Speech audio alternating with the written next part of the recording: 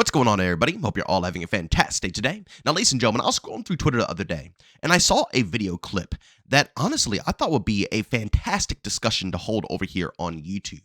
Now, again, I don't really think there's necessarily a right or wrong answer, but I do believe that in the middle of this discussion lies the truth. But of course, as always, go down to the comment section, share your opinions. I want to see a lot of discussions and debates down below. It's always fun engaging with you guys. And also, guys, don't forget subscribing and hit that bell. We post here daily at 8 in the morning Eastern time. And before I show you guys this clip, I do want to mention that I do stream Monday through Saturday. I'm starting to feel a little bit better. I've been a little low-key on the stream, so I know people are wondering where they're at. But again, those streams are up on Twitch Monday through Saturday, starting between 12 to 1 p.m. Eastern time. And we're mostly playing some X-Defiant right now. I know a lot of people are like, oh, that's a dead game. Why are you even bothering with it still? But I really enjoy that title. And honestly, it seems like you guys enjoy watching it too. So, of course, if you guys want to tune in, say hello, or even hop into the open lobbies if you guys still have the game, by all means, go ahead and do so. All right, ladies and gentlemen, let me go ahead and shut the heck up and show you guys the actual clip here. Stop crying about the game.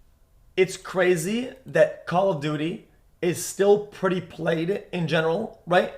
And they listen so much to pro players. Bro, pro players need to fucking shut up. Bro, pro players need to fucking log off the game, throw the computer in the garbage, okay? No, I'm not kidding. If you're a pro at Call of Duty, throw your computer in the garbage bin nearby, okay? And go get a job at Home Depot or McDonald's, you fucking loser, okay? You're a fucking loser.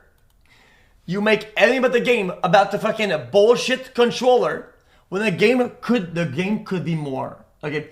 You can only use one gun out of 60 and 4 attachments, even though there's 6 slots on one map, but don't go to the left side because I don't like that part of the map. I don't like the colors of it. Now, ladies and gentlemen, as you just saw right there from XQC, he's having a little bit of a rant right now about why he believes that pro players are basically ruining the Call of Duty experience, whether it comes down to balancing, how the games are turning out, so on and so forth. And again, like I said, this has been a debate for a very long time within the Call of Duty community. If the developers should hyper-focus more so the casual community, or if they should hyper-focus the actual pro players. And I'll be honest, I've seen, like again, you guys know me, I've been, a Call of Duty channel for ages now. My whole purpose is to review Call of Duty, go through all the cycles, see what the developers are doing from beginning to end, witness everything, all the updates, see what their priorities are. I've witnessed some of the most casual games, like something like Modern Warfare 2019, where it's literally built around a casual player. And then I've seen stuff like Black Ops 6, for example, where a lot of the game is built around a very competitive vibe. The whole game is very competitive, although, it's hard to make Call of Duty competitive. It's one of the main reasons. XQC is, saying in this video clip here in his rant that, oh, the pro players are the reason why, it's only one gun, being able to be used in the ranked scene, which, yeah, it probably is because they're the ones to go ahead and GA everything. But again, Call of Duty is a casual game. A lot of the time, everything is overpowered in a Call of Duty game. It's why a lot of things need to be banned to make sure that Call of Duty can actually be quote-unquote competitive. So even when the devs do listen to the competitive scene and listen to competitive players, at the end of everything, it doesn't matter because Call of Duty at its heart and soul is always going to be a casual style of game.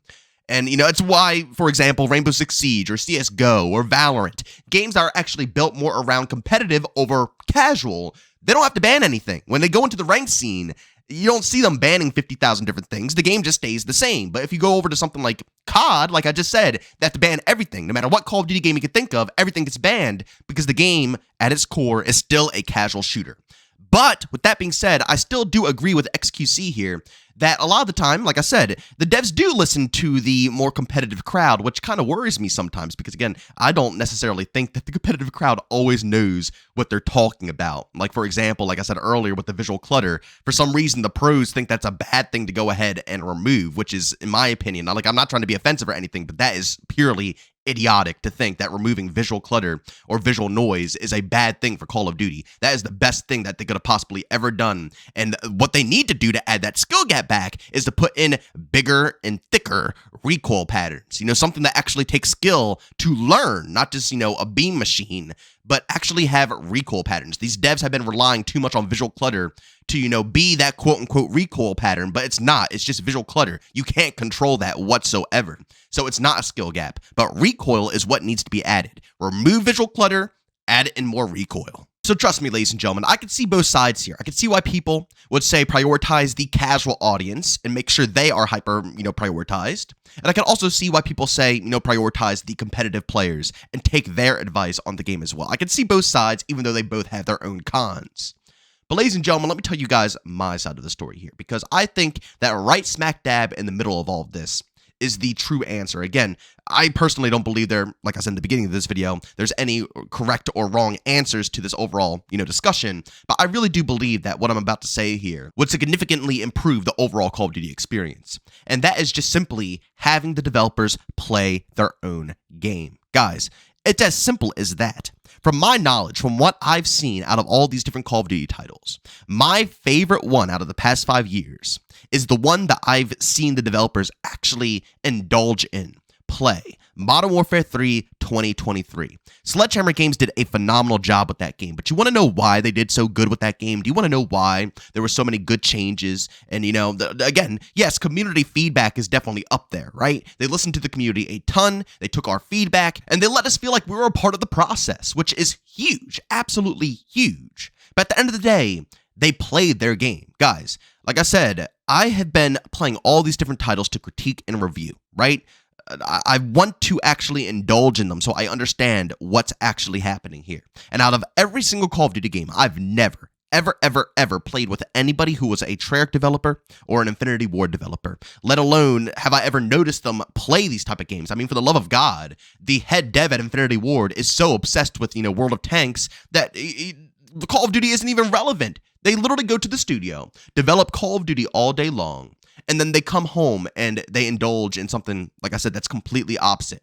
Now, again, there's nothing wrong with that. I want to make that very clear. There's nothing wrong with wanting to play something different, especially after working all day on something like that.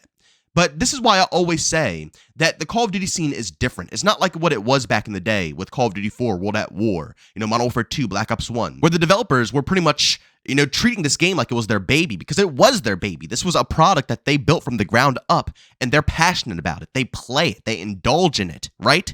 It's their game. Nowadays, these developers just treat it like they're, keeping up a current IP, something that's already popular. They don't need to play it. They don't need to care. All they have to do is just keep it up, make sure it's polished enough that it's playable, and make, millions and millions and millions of dollars, if not billions of dollars. That's all they have to do. They don't have to worry about playing the game and making sure it's actually fun, right? And indulging in it and making sure they are having a good time. No, that's not relevant. The developers who are making COD nowadays don't do that. Like I said, they go into the studio, they develop a game that they know for a fact is already going to sell like hotcakes. It's already going to make billions of dollars.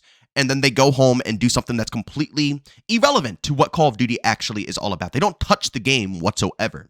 Well, ladies and gentlemen, like I said before, Sledgehammer Games actually touched the game. I've never played with any Treyarch devs, any Infinity Ward devs, but I've played with plenty of Sledgehammer Games devs. I see them all the time indulging in Modern Warfare 3 during the lifespan of the actual game, not afterwards, right? When Modern Warfare 3 is irrelevant, we're not getting any more updates, no. During the actual lifespan of Modern Warfare 3, where we're getting updates and they're trying to keep the game up and active, the developers are playing the game. Not in the studio, but outside of the studio. They're playing it with their own time to see how the game plays. And ladies and gentlemen, that right there is the key to success. Again, I know, there's going to be a debate on who to listen to more, the casual players or the pro players. At the end of the day, I think everybody's opinion should be taken in, and all of our, feedback is pretty valid.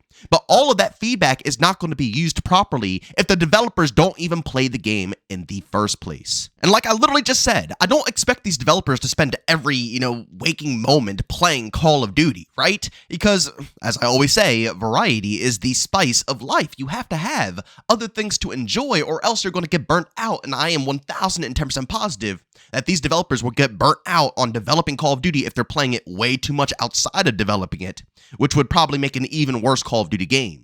But in my opinion, we need developers who are passionate about COD. There are one too many devs who don't give a crap about this project. They have just been hired because they're trying to find any old job in the gaming scene, which I understand, don't get me wrong. It's hard to find work in the gaming scene. It really is. So a lot of these people will take anything that is given to them. But I mean, at what cost? At what cost? We are now getting developers who probably don't even touch these Call of Duty games, nor care about playing FPS games. They probably go home and play stuff, like I said, World of Tanks or Animal Crossing, Stardew, or something like that. And again, nothing wrong with those games, right? Nothing wrong at all with those games. But they don't play FPS games. How are you going to have people who don't give a crap about FPS developing an FPS title? Do you guys get what I'm saying here? I think that is the biggest problem here. I don't think the true debate is about who to listen to more, because I think everybody should be listened to. The actual debate should be about who is developing these games. Well, ladies and gentlemen, as always, if you enjoyed today's video, leave a like. If you hate it, leave a dislike. Don't forget to subscribe and hit that bell. I post daily here at 8 Money Eastern Time. And of course, if you guys want to check out any of my live streams, I do that over on Twitch, starting between 12 to 1 p.m. Eastern Time. Of course, if you guys are interested, I have a link to that channel down in the description of this video. But as always, thank you for tuning in, and I'll see you all in the next one. Peace out.